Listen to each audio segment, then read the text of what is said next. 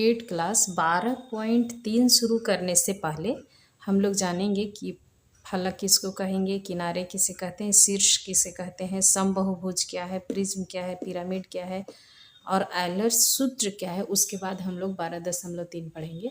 इसमें देखिए कोई भी आकृति है, 3D है, यहाँ एक घनाभ है, तो घनाभ में हम लोग फलक किसको कहेंगे, जो फेस है ये है 1 2 3 4, 4 फेस इधर से और एक फेस इधर और एक फेस इधर से, तो घनाभ के कितने फेस हो गए, 6 फेस हो गए। और उसी तरह से इसका शीर्ष कहेगा तो शीर्ष देखिए जहाँ पर 3 भुजा मिला हुआ है वो आपका शीर्ष होगा। यहाँ एक शीर्ष है, एक शीर्ष यहाँ है, एक यहाँ है, एक यहाँ है, 4 हो गया। यहाँ 1 2 3 4, 4 4 8 शीर्ष। एक घनाभ में 4 शीर्ष, एक घन में भी 4 शीर्ष। और उसी तरह से किनारे हैं, तो जहाँ 2 फेस मिलेगा वहाँ जो बनेगा वो हम लोग का किनारा बनेगा। जैसे ये एक फेस है, एक फेस ये है, तो इसके बीच का जो भाग है ये हमारा जो हुआ वो किनारा हुआ। इस तरह से एक किनारा 2 3 4 5 6 7 8 9 10 11 12, यानी कि एक घनाभ में 12 किनारे हो गए। फेस कितने हुए घन में, हम लोग घन के लिए पढ़ रहे हैं तो घन का यहाँ घन का कितना हुआ फेस 6, यहाँ पर किनारे कितना हो गए 12 और शीर्ष कितने हुए 8। इस तरह से हम लोग घन में पढ़ते हैं। फेस कितना 6, किनारे कितने 12, शीर्ष कितने 8। उसी तरह से जो भी आकृति होगा उसमें हम लोग देखेंगे जहाँ 2 फेस मिल रहा है वहाँ पर हमारा किनारा बनेगा, जहाँ 3 फेस मिल रहा है वहाँ हमारा शीर्ष बनेगा। ठीक है। उसी तरह से समबाहुफलक का मतलब है कि उसकी सभी फलक बराबर होंगे। समबाहुफलक का मतलब है कि उसके सभी जो बहुफलक है वो बराबर होंगे। इस तरह से है, इसका ये पूरा बराबर, ये चारों छाओ जितना है सब बराबर है, तो ये बहुफलक कहलाएंगे। प्रिज्म है कि प्रिज्म हमारा एक आयत नीचे रहता है, उसके ऊपर से इधर से भी एक आयत, एक इधर से आयत और 2, यानी कि 3 आयत और 2 त्रिभुज के मिलने से जो आकृति बनेगा वो हमारा प्रिज्म होगा।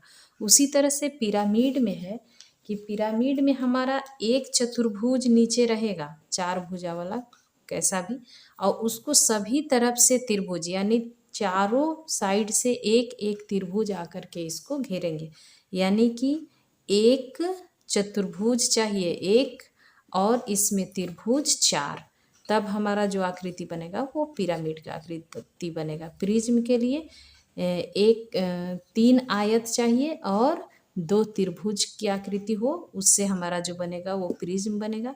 पिरामिड के लिए एक चतुर्भुज और 4 त्रिभुज चाहिए जो उसको सब तरफ से घेर के बनाएगा, वो हमारा पिरामिड होगा। इसी तरह से ये जो भी आकृति हम लोग देख रहे हैं 3D में, उनका आयलर सूत्र से हम लोग निकालते हैं किसी भी 3D का उसका फलक, किनारा ये और शीर्ष, इन तीनों में से कोई भी 2 दिया हुआ है तो तीसरा का मान हम लोग निकाल सकते हैं। इसके लिए सूत्र है, आयलर सूत्र हमारा है F + V - E बराबर 2। ये सूत्र है जिसका उपयोग हम लोग आगे यूज करेंगे। यहाँ देखिए F, यहाँ जैसे हमारा F इसमें कितना है, फेस 6 है तो 6 लिखे, और V हमारा वर्टेक्स कितना है 8 है, 8 लिखे, और E कितना है, किनारा हमारा 12 है, तो इसको कैलकुलेट करने के बाद 2 आना चाहिए तो हमारा ये फॉर्मूला सही हो जाएगा। ये देखिए 14 - 12 बराबर 2 आ गया, तो सही है, निकल गया हमारा। तो इस तरह से आयलर सूत्र जो है वो किसी भी 3D का फेस, एज और वर्टेक्स में से किसी भी 2 का मान दिया है तो तीसरे का मान हम लोग निकाल सकते हैं। अब हम लोग एक्सरसाइज पढ़ेंगे 12.3। इसमें पहला नंबर प्रश्न है, निम्नलिखित आकारों के लिए आयलर सूत्र को सत्यापित कीजिए। तो घन के लिए हम लोग देखेंगे कि इसमें कितने किनारे होते हैं। ये पहले फेस देखिए, फेस कितने हैं, एफ कितना है। हम लोग घन में 1 2 3 4 5 और 6 फेस हैं। उसके बाद में किनारे इसके 1 2 3 4 5 6 7 8 9 10 11 12। इसके किनारे कितने हो गए, इस 12। और शीर्ष 1 2 3 4 इधर से और 1 2 3 4 इधर से। देखिए तो इसमें हमारा भी हमारा कितना हो गया, 8। इस देखिए फेस 1 2 3 4 5 और 6 चारों तरफ से और एक नीचे एक ऊपर, 6 फेस हो गया। उसी तरह से किनारे यहाँ 1 2 3 4 इधर से, 5 6 7, फिर यहाँ 8 9 10 11 और 12, ये जोड़ लिए तो हम लोग का 12 हो गया। और शीर्ष उसी तरह से 4 इधर और 4 इधर, तो 8 शीर्ष। अब आयलर सूत्र हम लोग को रखना है, सत्यापित करना है। तो हमारे पास आयलर सूत्र है एफ प्लस भी माइनस ई बराबर 2 आना चाहिए। तो हम लोग इसको रखेंगे, एफ का मान कितना है 6 प्लस भी का मान कितना है 8 माइनस 12। इसको हल करेंगे तो कितना हो जाएगा 14 माइनस 12 और बराबर हमारा आ गया 2। तो इस तरह से सत्यापित हो गया कि यहाँ हम लोग जब एफ भी और ई का कैलकुलेशन करते हैं, यानी एफ और भी को जोड़ करके ई को घटाते हैं, तो उसके राइट साइड में 2 आ जाता है, यानी कि हमारा आयलर सूत्र जो है वो सत्यापित हुआ। यहाँ देखिए प्रिज्म है, प्रिज्म में हम लोग को निकालना है इसका फेस कितना है। सबसे पहला फेस निकालेंगे, एक इधर से ये वाला 2, यहाँ एक 3, इधर से एक 4 और ये ए बी सी डी जो है वो 5। तो फेस हमारा हो गया 5। उसी तरह से ई हमारा कितना हो जाएगा 1 2 3 4 5 6 7 8 और ये 9। तो हमारा किनारा हो गया 9। और इसमें हम लोग को वर्टेक्स जानना है भी कितना है। तो भी के लिए निकालेंगे 1 2 3 4 5 और ये 6।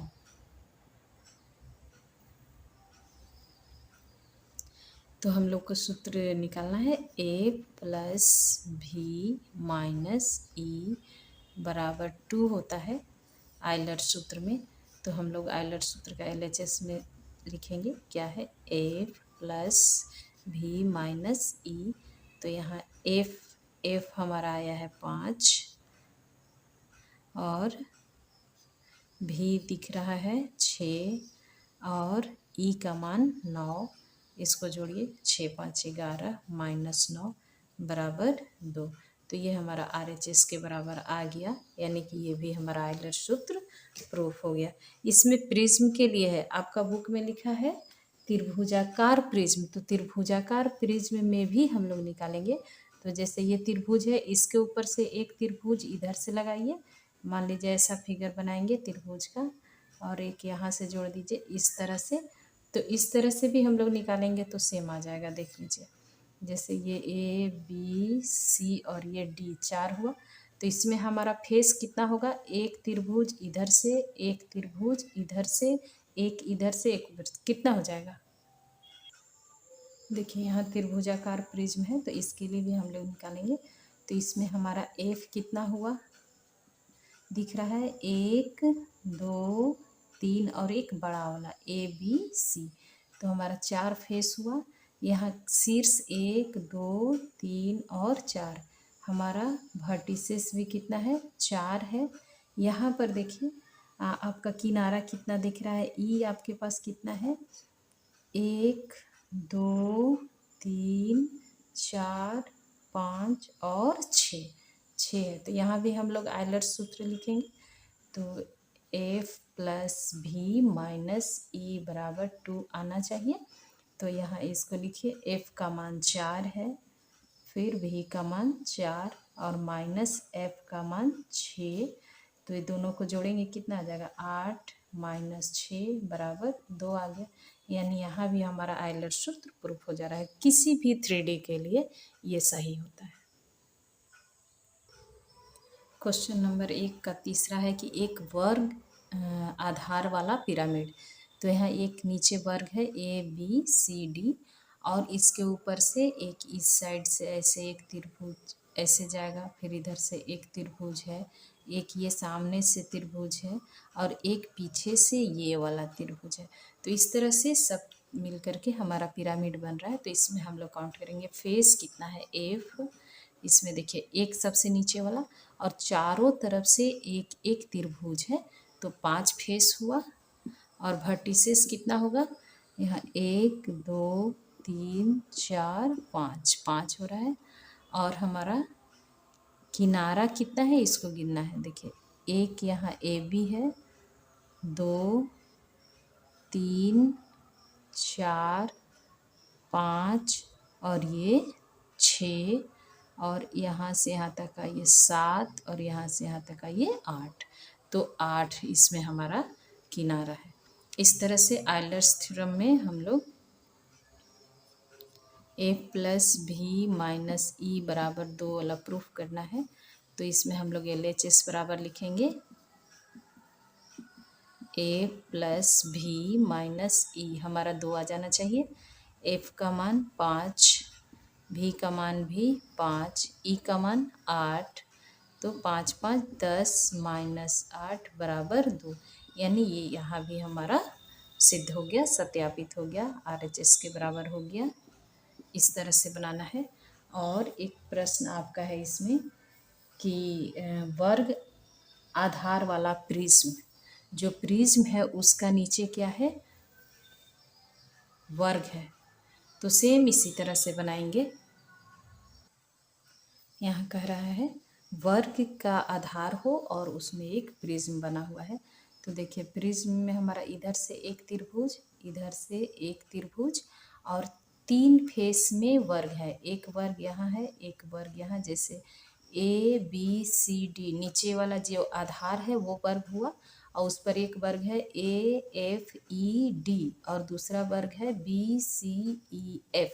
तो 3 वर्ग हो गया और 2 त्रिभुज हुआ। तो हमारा फेस कितना हो गया 5। उस तरह से वर्टिसेस कितना है इसका किनारा 1 2 3 4 5 6 6 हो गया।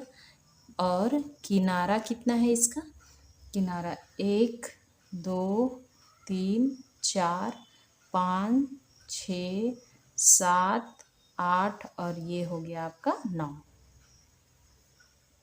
इस तरह से F प्लस भी माइनस ई बराबर 2 आना चाहिए। तो हम लोग LHS बराबर लिखेंगे A प्लस भी माइनस ई। F का मान हमारा 5 है, V का मान 6 है और E का मान 9 है। दोनों जोड़ेंगे 11 माइनस 9 यानी कि 2। यहाँ भी हमारा आइलर्स सूत्र सिद्ध हो गया, सत्यापित हो गया। क्वेश्चन नंबर 2 में दिया है आइलर सूत्र का प्रयोग करते हुए अज्ञात संख्या को निकालिए। यहाँ पर पहला नंबर में दिया है फलक दिया है 12, फिर शीर्ष दिया है y, किनारा दिया है 30। तो एक प्रश्न यहाँ बनेगा। दूसरा दिया है कि फलक x है, शीर्ष 7 है और किनारा 9 है। तो इसमें निकालना है फलक, इसमें निकालना है शीर्ष और इसमें निकालना है किनारा। तो पहले हम लोग इसको बनाते हैं। इसमें देखिए F प्लस भी माइनस ई बराबर 2 लिखना है, ये हमारा सूत्र है। इसमें F का मान कितना है 12, शीर्ष का मान क्या लिखा है y, हम लोग को y निकालना है। किनारा कितना दिया है 30 और बराबर 2। तो इस तरह से हम लोग इसको घटाएंगे तो कितना हो जाएगा y माइनस यहाँ घटाने से 18 बराबर 2। और इसीलिए y बराबर निकालेंगे तो 2 इधर माइनस में है, इधर जाने से प्लस में 12 यानी कि y बराबर हमारा आ गया यहाँ 2 है 14। तो इस तरह से y का मान कितना हुआ, 14 हो गया। यहाँ 14 नहीं होगा, यहाँ देखिए ये 18, यहाँ गलती से 12 लिखा गया ना, तो ये 18 और इसको 18 और 2 को जोड़ेंगे तो ये हो जाएगा 20। तो y का मान आपका हो गया 20। उसी तरह से अब दूसरा में देखिए, यहाँ x को निकालने के लिए हम लोग चलेंगे इसमें, तो कितना दिया है, f प्लस भी माइनस ई बराबर 2। यहाँ देखिए f का मान हमारा इसमें क्या है, x है, और v का मान कितना है हमारा 7 है, और ई का मान कितना है 9 है। तो यहाँ 9 लिखेंगे बराबर 2। इसको हल करेंगे तो x रह जाएगा, ये दोनों को घटाइए तो -2 बराबर 2 हो गया, यानी x बराबर उधर जाएगा तो वो प्लस में 2 + 2, यानी कि इसलिए हमारा x का मान आ गया 4। तो इस तरह से हमारा y का मान निकल गया 20, x का मान निकल गया 4। इसी तरह से हम लोग इसमें निकालेंगे तो हमारे पास f दिया हुआ है 4 और v दिया हुआ है 4, और हम लोगों को e का मान z निकालना है। ठीक उसी तरह से a प्लस भी माइनस ई बराबर 2, f का मान 4 प्लस v का मान 4 माइनस ई का मान z लिखना है और बराबर 2। यहाँ देखिए 4 4 8 माइनस z बराबर 2, और हमारा यहाँ माइनस में है तो इसको उधर भेज देते हैं, इसको इधर ले आते हैं तो 8, ये प्लस में है इधर आने से -2, और ये माइनस में है z उधर जाने से प्लस में, तो यहाँ हो गया 6, यानी कि z बराबर मान आया 6, z है z बराबर 6। इस तरह से आपका मान निकला, x का मान 4, y का मान 20 और z का मान 6। इस तरह से सब जगह चूँकि इतना दिया हुआ है तो और लिखेंगे, यहाँ भी इतना हमारा सूत्र है चूँकि दिया हुआ है, फिर और लगाइए, फिर यहाँ भी चूँकि इतना हमारा सूत्र है, और ये सब मान हम लोग रखें, इस तरह से बनाएंगे।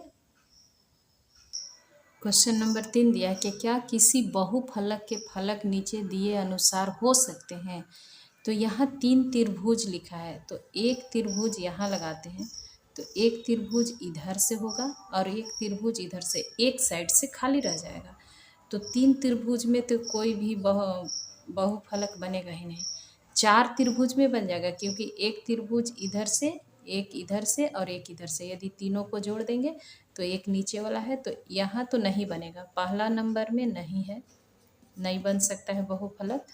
यहाँ बनेगा क्योंकि एक त्रिभुज ऐसे है, इसमें एक त्रिभुज यहाँ लगाइए ऐसे, तो 1 2 3 और एक नीचे वाला, तो ये एक बहुफलक बन जा रहा है। यहाँ तो हाँ लिखना पड़ेगा। यहाँ देखिए एक वर्ग है, और हम लोग इससे पहले 3 त्रिभुज वाला एक बनाए भी प्रिज्म, तो यहाँ देखिए इस तरह से एक त्रिभुज इधर, फिर यहाँ से मिला दिए तो एक त्रिभुज ये वाला, एक त्रिभुज ये वाला भाग और एक त्रिभुज ये वाला, तो इस तरह से हमारा त्रिभुज बन जाएगा 1 2 3 और एक पीछे वाला जो सबसे पहले वाला था 4 त्रिभुज और एक वर्ग से एक बहुफलक बनेगा। तो यहाँ भी हाँ होगा। क्वेश्चन नंबर 4 है, किसी ठोस आकृति में कम से कम कितने सतह होते हैं। ठोस का नाम बताइए। कम से कम तो 4 सतह होना चाहिए, इसलिए कि हम लोग पीछे पढ़े कि यदि 3 त्रिभुज दिया हुआ है तो उससे हमारा पूरा एक बहुफलक नहीं बन रहा था, तो इसलिए कम से कम कितना होना चाहिए, 4 होना चाहिए, कम से कम 4 होना चाहिए। इसमें कम से कम कितने सतह होने चाहिए, तो हमारा आंसर में होगा 4 सतह होना चाहिए, 4 सतह। उसके साथ में इसका नाम कह रहा है तो 4 सतह से मिलकर बनेगा, तो उसको चतुष्फलक कहेंगे।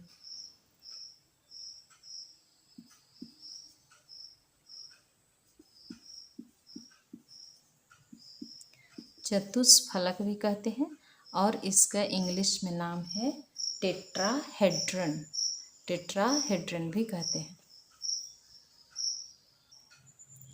क्वेश्चन नंबर 5 है कि क्या ठोस बहुफलक संभव है जिनके फलकों की संख्या कुछ भी हो सकता है।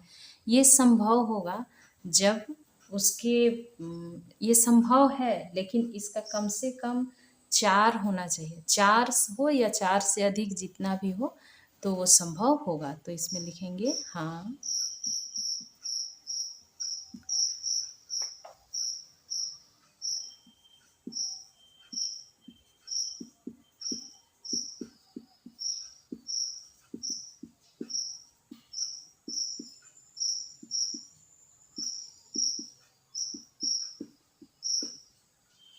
4 या 4 से अधिक हो।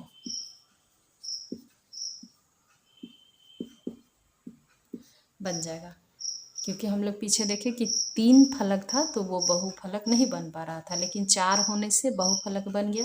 4 हो, 4 से अधिक होगा तो कोई भी बहुफलक बन जाएगा।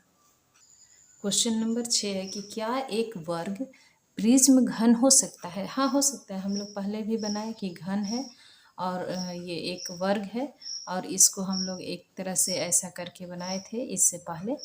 2 1 2 3 हमारा वर्ग ये वर्ग हो गया, और इसमें हमारा 2 त्रिभुज मिल करके एक प्रिज्म बना, तो हो सकता है हाँ।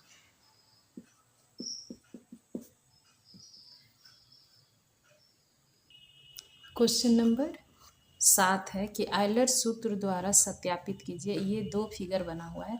यहाँ देखिए, ये एक घन के आकार का है, और घन के ऊपर में इधर से एक त्रिभुज ऐसे जुड़ा हुआ है, उसी तरह से दूसरा त्रिभुज इधर से जुड़ा हुआ है ऐसे, और तीसरा त्रिभुज इधर से जुड़ा है, और एक त्रिभुज इधर से जुड़ा हुआ है। मतलब ऊपर से 4 त्रिभुज जुड़ा हुआ है और इस तरह की आकृति बना रहा है। तो इसमें 1 2 3 4 फेस ऊपर, 1 2 3 4 फेस इधर, 4 4 8, और एक फेस नीचे वाला, यानी इसमें फेस कितना हो गया?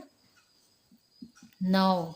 उसी तरह से इसका शीर्ष को भी काउंट करेंगे तो 1 2 3 4, और फिर उसी तरह से 5 6 7 8, और एक ऊपर वाला यहाँ भी दिख रहा है 1 2 3 4 5 6 7 8 और एक 9, यानी कि यहाँ पर हमारा वर्टिसेस भी कितना है? 9 है।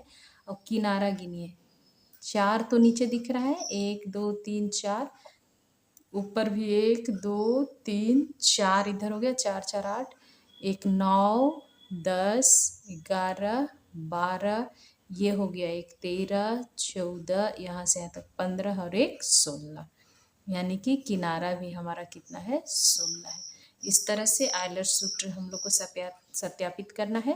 तो a प्लस भी माइनस ई बराबर 2 आना चाहिए। तो हम लोग लिखेंगे LHS बराबर a प्लस भी माइनस ई। f का मान आया है 9, v का मान भी है 9, e का मान 16, 9 9 18 माइनस 16 बराबर 2। तो यहाँ तो हमारा RHS प्रूफ हो गया, सत्यापित हो गया। इसमें देखिए कितना है, एक सबसे बड़ा वाला ये एक चतुर्भुज है, तो एक फेस हुआ 1 2 3 4, यानी कि फेस कितना हो गया? 5, और वर्टिसेस कितना हो जाएगा? 1 2 3 4 5, यहाँ भी हो गया 5। और देखिए हमारा किनारा कितना है? 1 2 3 4 5 6 7 और 8। तो इस तरह से यहाँ भी हम लोग को a प्लस भी माइनस ई बराबर 2 आना चाहिए। इसको प्रूफ करना है। LHS बराबर देखिए a प्लस भी माइनस ई, f का मान 5, भी का मान 5, ई का मान 8, 5 5 10 माइनस 8 बराबर 2। इस तरह से इसमें भी हमारा RHS प्रूफ हो गया, यानी आयलर सूत्र प्रूफ हो गया। इस तरह से आपका 12.3 समाप्त हो गया, यानी 12 चैप्टर ही समाप्त हो गया।